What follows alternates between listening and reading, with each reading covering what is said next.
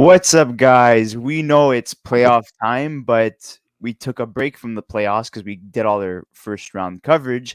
And we're going to be talking about something that surprised a lot of people this year, the Vegas Silver Knights, not the Vegas Golden Knights, because they're not so golden anymore. They failed to make the playoffs for the first time since they entered the league a couple years ago. And they finished with a record of 43, 31, and 8 in 82 games and missed the playoffs by 3 points. There's a lot of factors on why the Vegas Golden Knights did not make the playoffs, and we're going to be covering it today. But we're going to start off with the first story, of course, that kind of set Vegas on bad terms with the hockey world, and that was Kelly McCrimmon, the GM of the Vegas Golden Knights, screwing over their Vezina Trophy winner, Marc-Andre Fleury, and also their franchise player, the guy who put Vegas on the map. And we're gonna get your thoughts on that, Chris.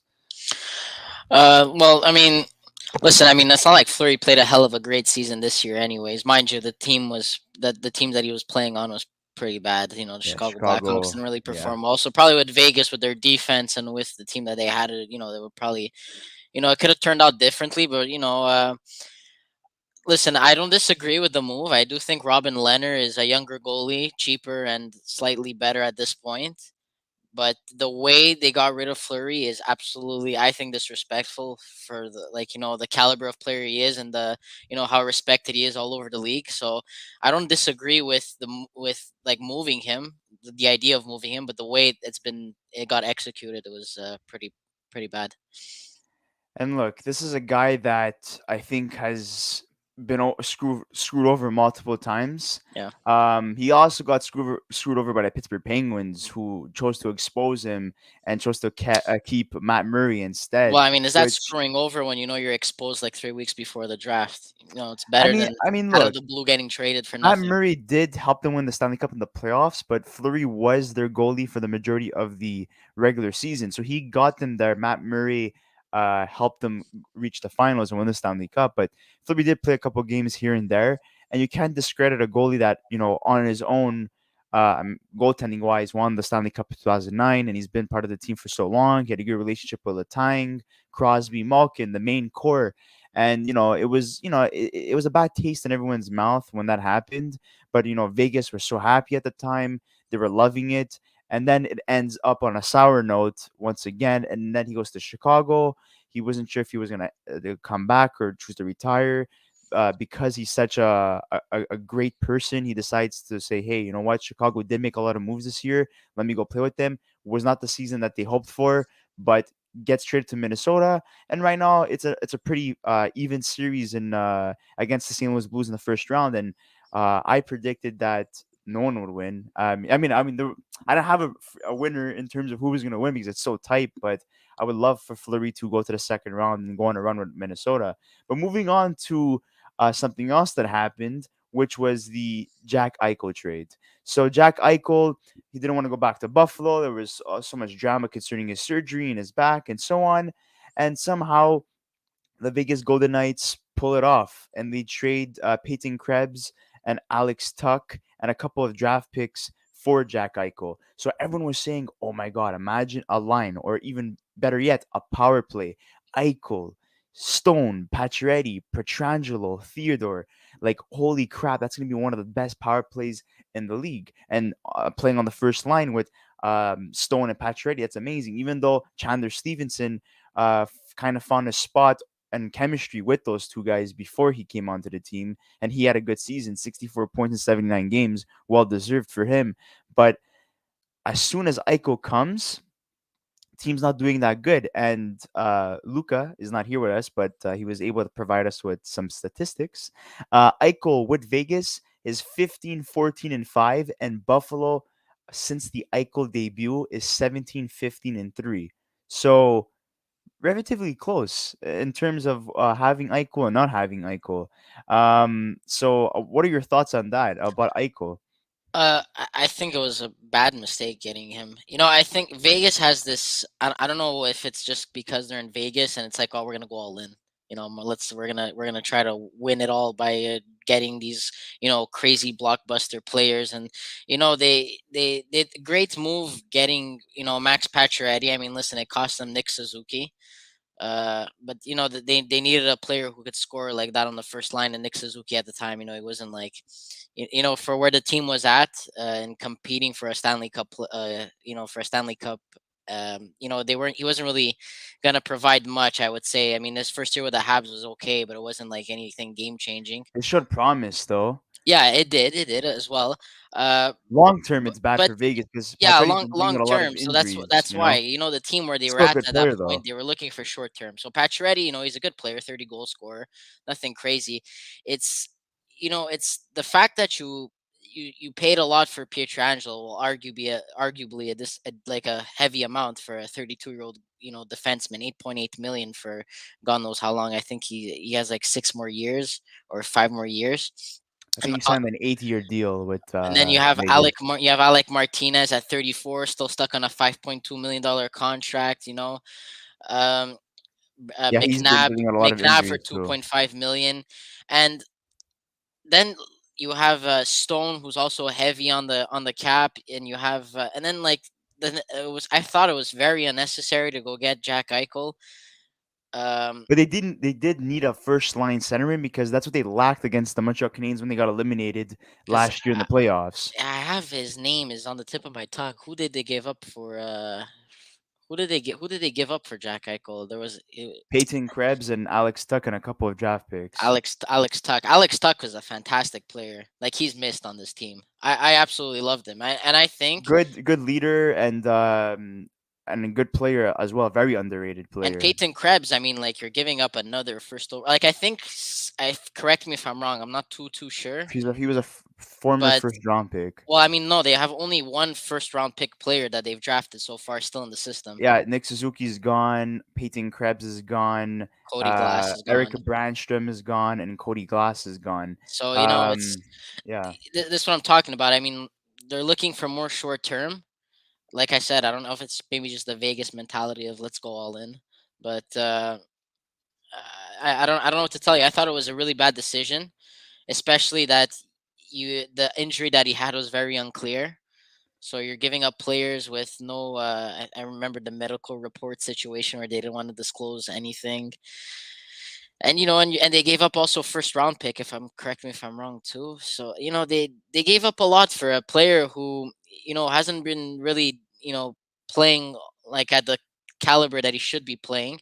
I but he mean, also did come back from maybe a back injury too. that Jack Eichel. too, with a So, new team and all that, and you have to get s- I mean, listen, next season is when we'll find out what the hell's gonna go on. But well, players one are gonna be moved because they like can't afford all those oh guys. yeah, for sure. I mean, well, Riley Smith is not going to be resigning next year. That's for Well, sure. actually, Vegas is interested in re-signing him, but how are they gonna make it work? That's the Listen, that's question. over 5 million. I don't think that's going to I happen. think they're gonna He's not try to going to make trade that. Dandanov. And what's funny with Dandanov is that a deal did go through at the 2022 trade deadline, but it was deemed invalid by the NHL because Dandanov's contract includes a limited no trade clause, which has not been complied with.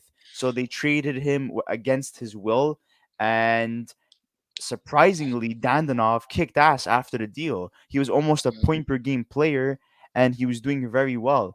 Um, I can see William Carlson getting traded too. I think yeah, William I Karlsson's think he's another the guy. first man out, to be honest. I I was mean, thinking he's the youngest and most. I think he's the most talented out of the expensive players that they have. Well, the five so million dollar between players. Carlson, Dandanov, who else is there that they could trade that has a big cap hit? I mean, there was rumors at one point that maybe Stevenson or Marshall so as well, but I mean, I don't think they want to Marshall part ways So with is a him. really great player. I wouldn't part ways with him either, and neither. And He I was the think best player this year, 66 points in 76 games, 30 goals and 36 assists. And I don't know why you would trade Chandler Stevenson, Stephenson, Yeah, anyways, Stevenson, yeah. Stevenson, however you pronounce it or say it. He's 28 years old, 2.7 million, great depth player. I don't. He's a second line They gave player. up nothing for him from when I he left would, to Washington. I would keep him. I would keep him. Probably give him an extension after his contract ends. But I think William Carlson's the man out. I would let Riley Smith go if I'm them. I wouldn't I renew his would too. contract. I didn't hear that they were trying to re-sign him, but I would. I heard rumors that they were trying to, but we'll see what happens. I mean, And they added Matthias Janmark during the offseason as well. I forgot It, about Nolan Patrick. Nolan Patrick was injured too. You yeah, know, a lot of injuries too affected this team. 25 games, and that's what KM said. KM says that Eichel is a problem in the locker room. The front office is trash and treats players terribly. Jack Eichel being a problem in the locker room, um, I wouldn't disagree and I wouldn't agree because I mean, I disagree. I mean, Buffalo. I agree. Sorry, I agree with I mean, what's been said. Buffalo were wrong to a certain extent in terms of the player has every right to choose what type of surgery he wants.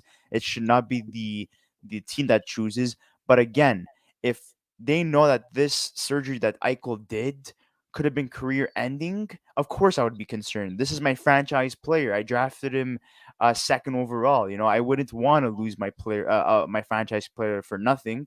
And then we have Daniel Kim who says that they weren't fully healthy, like we were saying, like Chris was saying before. But hey, injuries are part of the sport, and that goes back to Peter DeBoer, the coach. I think he's a complete fraud, and they should have kept Gerard Gallant instead. Oh yeah, I don't know why the hell they fired him. But that's what I'm saying. And that He goes back brings to you to what Stanley KM. Cup Finals, and then like what? Oh, wait, next He, the season after him they went what, the second round or the and semifinals? on paper, his team wasn't the best team like ever. You know, they went on a miracle run, and Gallant is a big part of that, and so was Marc-Andre Fleury. Both guys left on bad terms with the organization. They both Yeah. got screwed. And I'm not gonna trash on Robin Leonard, but we know he's not all there.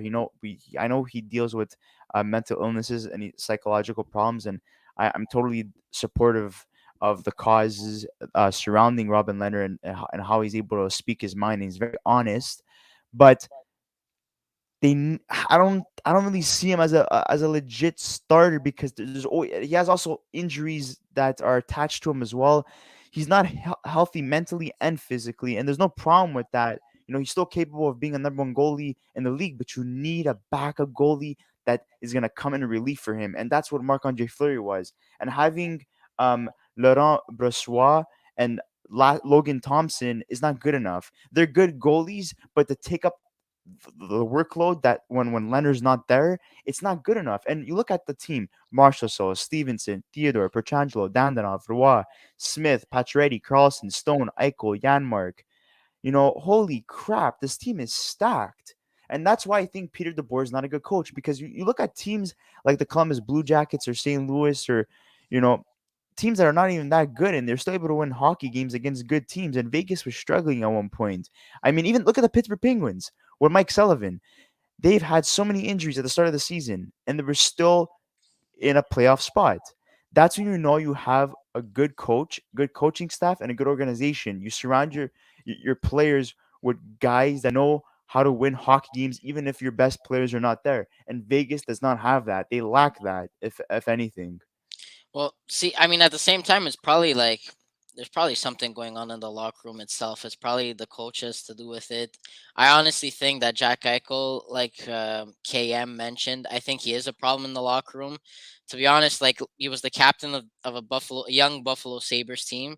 You're the top guy there, and to request a trade just because because you're not winning, I think And there's one coach that that's I not think captain material. And the there's fact that he's coming into Vegas now and they're going through a hard time, what's he gonna demand a trade now too? and there's It's one guy that could save the there's one guy who could save the Vegas Golden Knights. I think Peter DeBoer will get fired, and Coach Bombay is gonna come in and save the Coach Vegas Bombay. Golden Knights. But look at this, man. The power play percentage, 25th in the league with that team. I know there's injuries and stuff, but Yeah, like come you have Mark on. Stone. Like, come on, and The Pacioretty, the face great of finishers. the face-off percentage, you have Jack Eichel, Stevenson, and William Carlson, 19th in the league. What the heck?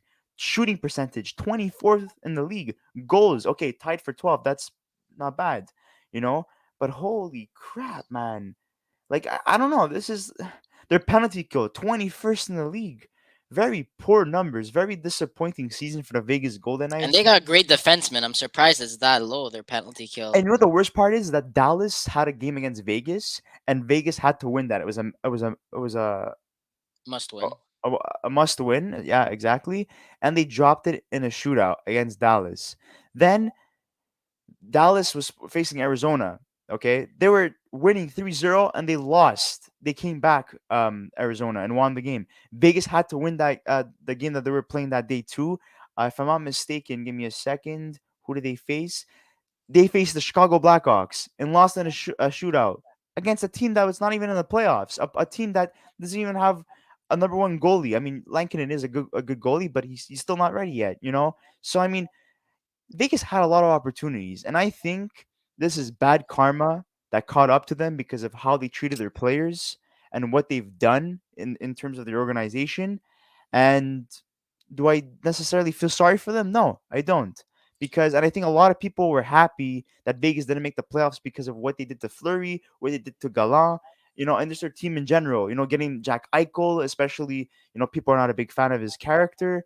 There's a lot of reasons why a lot of people are starting to like hate the Vegas Golden Knights, and I would have thought that they would have made the playoffs over Vegas and Nashville and even LA. That surprised us this And year, and here's the and they sad didn't. part. And here's the sad part is that they have no great, like, there's not one prospect in Vegas that's like insane. That, like, oh, he could come in and maybe make a difference. They got nobody.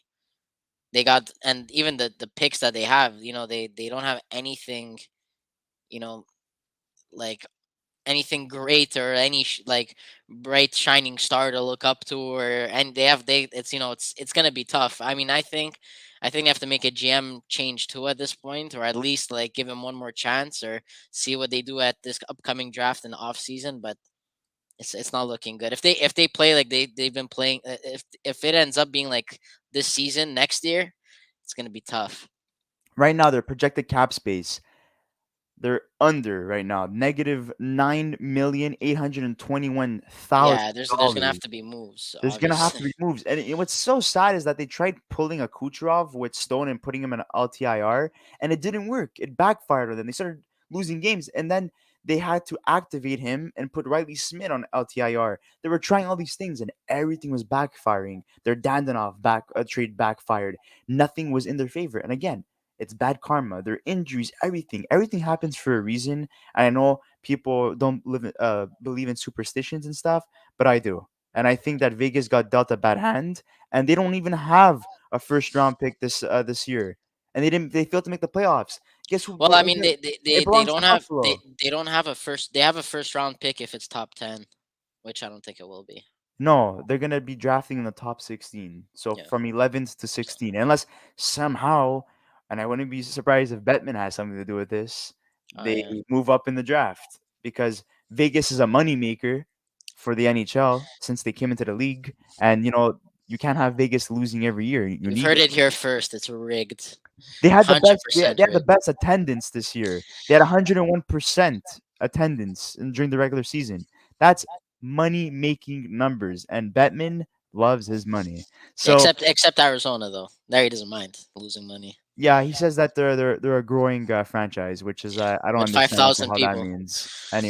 Anyways, guys, thank you so much for listening to our episode today. Don't forget to check out our round one matchup videos. We posted Colorado versus Nashville. We posted Calgary versus Dallas Stars. Those are our two latest episodes. Make sure to check them out. We're gonna be waiting for round two to come along so we could cover that. Check out our cup or bus videos as well concerning the 2022 NHL playoffs. And we're going to be covering the lottery draft on Tuesday night as soon as it starts at 6:30. So please tune in for that. And then we have a special guest coming on the following day where we're going to be ranking our top 16 draft picks for the 2022 NHL draft that's happening here in our home city, Montreal. So thank you so much, guys. Don't forget to like, subscribe to our channel, and share this to anybody that loves the Vegas Golden Knights or hates the Vegas Golden Knights. We'll see you on the next episode. Goodbye.